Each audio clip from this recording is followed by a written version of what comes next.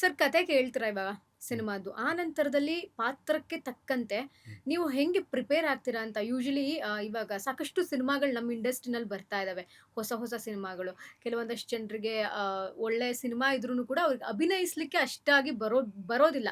But ನೀವು ಹಿರಿಯ ಕಲಾವಿದರಾಗಿರೋದ್ರಿಂದ ಈಗಲೂ ಕೂಡ ನಿಮ್ಮಲ್ಲಿ ಅದೊಂದು ಉತ್ಸಾಹ ಇದೆ ಫಸ್ಟ್ ಆಫ್ ಆಲ್ ಅಲ್ವಾ? ನೀವು ಬಂದು ನನಗೆ ಕತೆ ಹೇಳ್ತೀರಾ. ಹ್ಮ್. ಕತೆ ಸರ್ ನೀವು ಒಳಗೆ ಬರ್ತೀರಿ ಬಂದ ತಕ್ಷಣ 50 ಜನಕ್ಕೆ ಡಬಾ ಡಬಾ ಅಂತ ಹೊಡೆದು ಬಿಡ್ತೀರಿ ಹ್ಮ್. ಸರ್.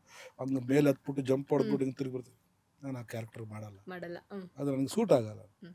ಫಸ್ಟ್ ಆಫ್ ಆಲ್ ಅವ್ರು ಹೇಳುವಂಥ ಹ್ಮ್. ಕಥಾ ಅಂದ್ರೆ ಹ್ಮ್. ಆ ಪಾತ್ರ ನನ್ನ ಬಾಡಿ ಲ್ಯಾಂಗ್ವೇಜಿಗೆ ಹ್ಮ್. ಅಥವಾ ನನ್ನ ಪರ್ಸನಾಲಿಟಿಗೆ ಸೂಟ್ ಆಗಬೇಕು. ಹ್ಮ್.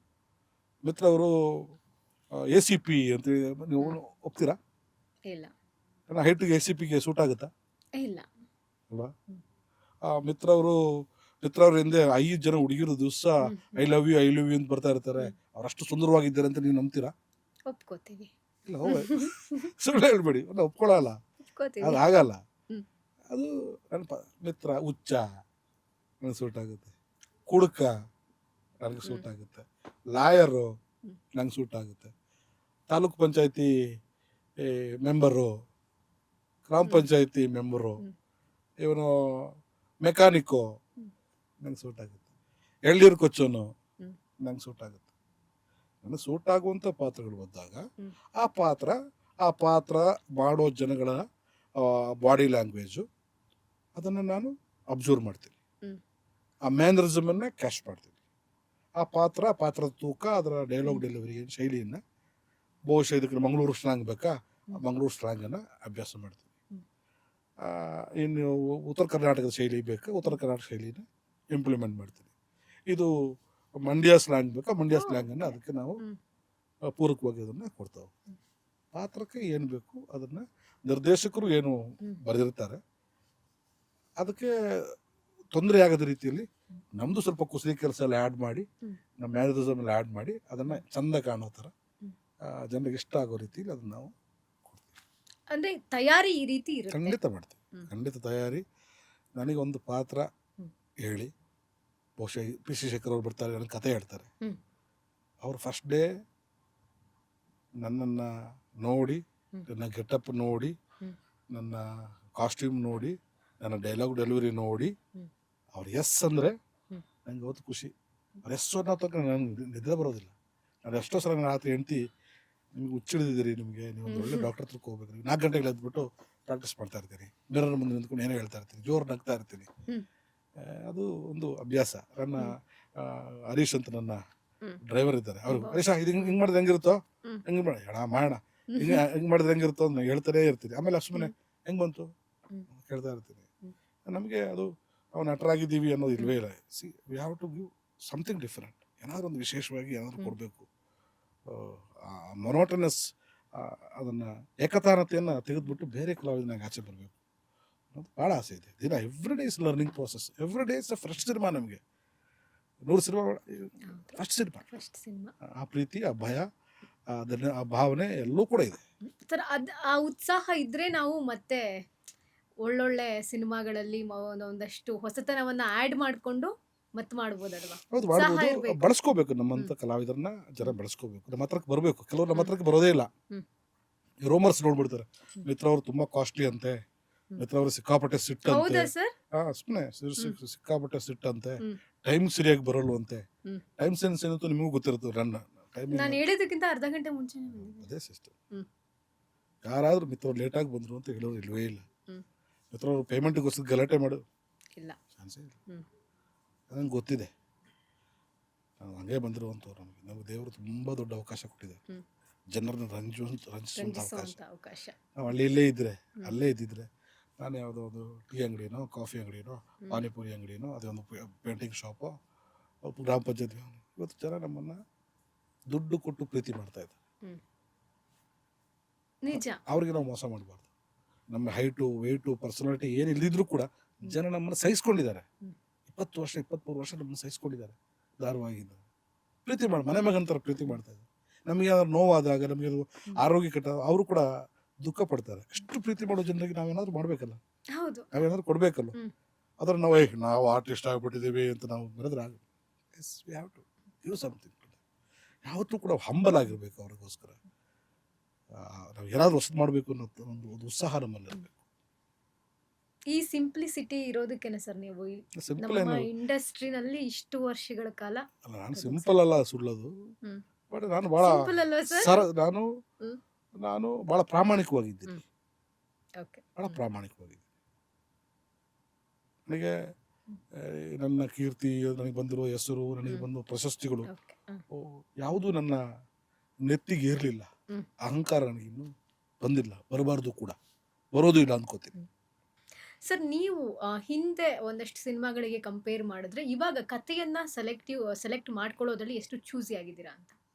ಈಗ ನಮಗೆ ಚೂಸಿ ಅಂತ ಏನು ಬರೋದಿಲ್ಲ. ಯಾಕೆ ಫಸ್ಟ್ ಆಫ್ ಆಲ್ ನಮಗೆ ಈ ಪಾತ್ರ ನಮಗೆ ಸೂಟ್ ಆಗುತ್ತಾ ಆಗಲ್ವಾ, ಅಷ್ಟೇ. ಈ ಪ್ರೊಡಕ್ಷನ್ ಹೌಸಲ್ಲಿ ನಾವು ಕೆಲಸ ಮಾಡಬೇಕಾ, ಈ ಸಿನಿಮಾ ರಿಲೀಸ್ ಕತೆ ಹೇಳಿದಾಗಲೇ ಗೊತ್ತಾಗುತ್ತೆ. ಕತೆ ಬಂದು ಹೇಳಿದಾಗಲೇ ಈ ಸಿನಿಮಾ ರಿಲೀಸೇ ಆಗಲ್ಲ ಗುರು ಹ್ಮ್. ಗೊತ್ತಾಗುತ್ತೆ. ಆ ಸಿನಿಮಾದಲ್ಲಿ ನಾವು ಯಾಕೆ ಕೆಲಸ ಮಾಡಬೇಕು? ನಮ್ಮನ್ನು ಅಪ್ರೋಚ್ ಮಾಡಿದಾಗಲೇ ಪ್ರೊಫೆಷನಲಿಸಮ್ ಇಲ್ಲ ಅಂತ ಹೇಳಿದಾಗ, ಇದು ಪ್ರೊಫೆಷನ್ ಅಲ್ಲ, ಇದು ಇವ್ರ ಕಥೆನೇ ಬರೆದಿಲ್ಲ, ಪಾತ್ರದ ಒಂದು ಚೌಕಟ್ಟೆ ಹಾಕ್ಕೊಂಡಿಲ್ಲ, ಅಥವಾ ಒಂದು ಪ್ರೊಡಕ್ಷನ್ ಡಿಸೈನ್ ಮಾಡಲಿಲ್ಲ ಇವರು, ಈ ಸಿನಿಮಾ ಆಗಲ್ಲ. ಸರ್ ಆಮೇಲೆ ಹೇಳ್ತೀನಿ, ಆಮೇಲೆ ನೋಡೋಣ, ಇದೆಲ್ಲ ರೆಡಿ ಆದಮೇಲೆ ಹೇಳಿ ನಾವು ಕಳಿಸ್ಬಿಡ್ತೀವಿ. ಆಮೇಲೆ ಆಲ್ಮೋಸ್ಟ್ ಈಗ ನಮ್ಮನ್ನು ಗೊತ್ತಿರೋ ಕಾರಣ ಮಿತ್ರರು ಈ ಪಾತ್ರ ಮಾಡಬಲ್ಲರು ಅಂತಲೇ ಬರ್ತಾರೆ. ಈಗ ರಾಘವೇಂದ್ರ ಸ್ಟೋರಲ್ಲಿ ಕೋಗಿಲೆ ಅನ್ನೋ ಪಾತ್ರ ನನ್ನನ್ನು ಅವರು ಕಾಸ್ಟ್ ಮಾಡಿದೆ.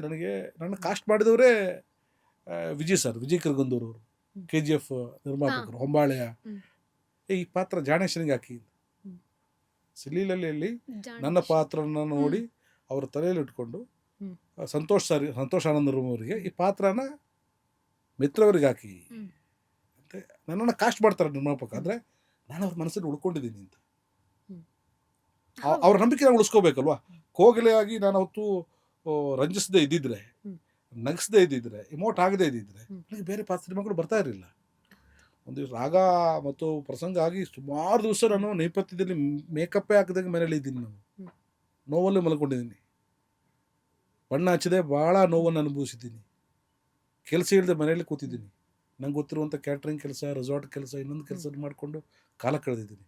ಎಲ್ಲ ಮುಗಿಸಿ ಮನೆಗೆ ಬಂದಾಗ ತಲೆ ಕೊಟ್ಟಾಗ 2 ಕಣ್ಣೀರು ನನ್ನ ದಿಮ್ಮ ಮೇಲೆ ಬಿದ್ದಿದ್ದು ಉಂಟು ದಿನ. ಕಲಾವಿದಾಗ ನನಗೆ ಅವಕಾಶಗಳು ಸಿಗ್ತಾ ಇಲ್ವಲ್ಲ ಅಂತ. ಆ ಕೊರತೆನ ನನಗೆ ಹೊಂಬಾಳೆ ಸಂಸ್ಥೆ ನೀಗಿಸ್ಬಿಡ್ತು ರಾಘವೇಂದ್ರ ಸ್ಟೋರ್ಸ್ ಮೂಲಕ. ಅದಕ್ಕೆ ಒಂದು ಟೈಮ್ ಬರುತ್ತೆ, ಆ ಟೈಮ್ ಬರೋ ತನಕ ನಾವು ಕಾಯ್ಬೇಕು. ಸರ್, ಈ ಎಲ್ಲ ಒಂದಷ್ಟು ಅಪ್ ಆ್ಯಂಡ್ ಡೌನ್ಸಲ್ಲಿ ನಿಮಗೆ ಯಾವತ್ತಾದರೂ ಅನಿಸಿದೆಯಾ, ನನಗೆ ಬೇರೆ ಏನಾದರೂ ಒಂದು ಬಿಸ್ನೆಸ್ ಇದ್ದಿದ್ರೆ ಈ ಥರ ಆಗ್ತಾ ಇರಲಿಲ್ಲ, ಏನಾದರೂ ಒಂದು ಬಿಸ್ನೆಸ್ನ ನಾನು ಮಾಡಬೇಕಿತ್ತು ಅಂತ ಏನಾದರೂ ಒಂದು? ಇಲ್ಲ, ನನಗೆ ನಾನು ಬಿಸ್ನೆಸ್ಸಲ್ಲಿ ಇದ್ದಾಗಲೇ, ಕೆಲಸದಲ್ಲಿ ಇದ್ದಾಗಲೇ ನಾನು ಇಲ್ಲಿಗೆ ಬಂದಂಥವನು. ವೀರಭೂಮಿ ಅನ್ನೋ ರೆಸಾರ್ಟಲ್ಲಿ ಮ್ಯಾನೇಜರ್ ಆಗಿ ಇದ್ಕೊಂಡು ಜಾನಪದ ಕಲೆಗಳನ್ನು ಮಾಡಿಕೊಂಡು ಆಗಲೇ ನಾನು ಒಬ್ಬ ಸ್ಟಾರ್ ಆಗಿದ್ದೆ. ಮಿಮಿಕ್ರಿ ಮಾಡಿಕೊಂಡು, ಕಾಮಿಡಿ ಮಾಡಿಕೊಂಡು ಇದ್ದಂಥವ್ರು ಬಂದ ಟೂರಿಸ್ಟ್ಗಳು ಬಂದು ನಮ್ಮನ್ನು ನೋಡ್ತಾ ಇದ್ರು. ಅಲ್ಲಿ ನನ್ನನ್ನು ನೋಡಿ ವೇದಿಕೆಯಿಂದ ಪಿಕ್ ಮಾಡಿದ್ದು ಎಲ್ಲಿಗೆ ಸಿಲೀಲಲ್ಲಿ. ಶ್ರೀರಾಮ್ ಅನ್ನೋ ಸಿನಿಮಾದಲ್ಲಿ ಕಾಂತರಾಜ್ ಸರ್ ಮತ್ತು ಶ್ರೀಕಾಂತ್ ಅವರು, KP ಶ್ರೀಕಾಂತ್ ಅವರು ಇಬ್ಬರು ಸ್ನೇಹಿತರು, ಕಂಪನಿ ಫಿಲ್ಮ್ಸ್ ಇತ್ತು. ನಮ್ಮ ಶ್ರೀರಾಮ್ ಸಿನಿಮಾದಲ್ಲಿ ನಮ್ಮ ಮಿತ್ರ ಆ್ಯಕ್ಟ್ ಮಾಡಬೇಕು ಅಂತೇಳಿ ಸಾಧು ಸರ್ ಮಾಡೋ ಕ್ಯಾರೆಕ್ಟರ್ನ ನಮಗೆ ಕೊಟ್ಟು ಫಸ್ಟ್ ಟೈಮ್ ಶಿವಣ್ಣನ ಜೊತೆ ಆ್ಯಕ್ಟ್ ಮಾಡಿಸಿದ್ರು ಶ್ರೀರಾಮಲ್ಲಿ 2003ರಲ್ಲಿ. ಅದು ನಾವಲ್ಲಿ ಹಾರ್ಡ್ ವರ್ಕ್ ಮಾಡಿದ್ವಿ. ಅವತ್ತು ನಾವು ಮಾಡಿದ ಕೆಲಸಕ್ಕೆ ಇವತ್ತು ನಮಗೆ ಫಲ ಸಿಗ್ತಾ ಇದೆ. ಇವತ್ತು ನಾವು ಮಾಡಿದ ಕೆಲಸಕ್ಕೆ ನಾಳೆ ನಮಗೆ ಫಲ ಸಿಗುತ್ತೆ. ಹಾಗೆ ನಮ್ಮ ಕೆಲಸದ ಮೇಲೆ ನಾವು ಪ್ರಾಮಾಣಿಕತೆ ಇರಬೇಕು. ನಾವು ಬಂದ ದಾರಿನ ಮರಿಬಾರ್ದು. ನಮಗೆ ಸಹಾಯ ಮಾಡಿದವರಿಗೆ ನಾವು ನೆನೆಸ್ಕೋಬೇಕು. ಅದು ನನಗಿದೆ. ಹಾಗಾಗಿ ನಾನು ಖಂಡಿತ ತುಂಬ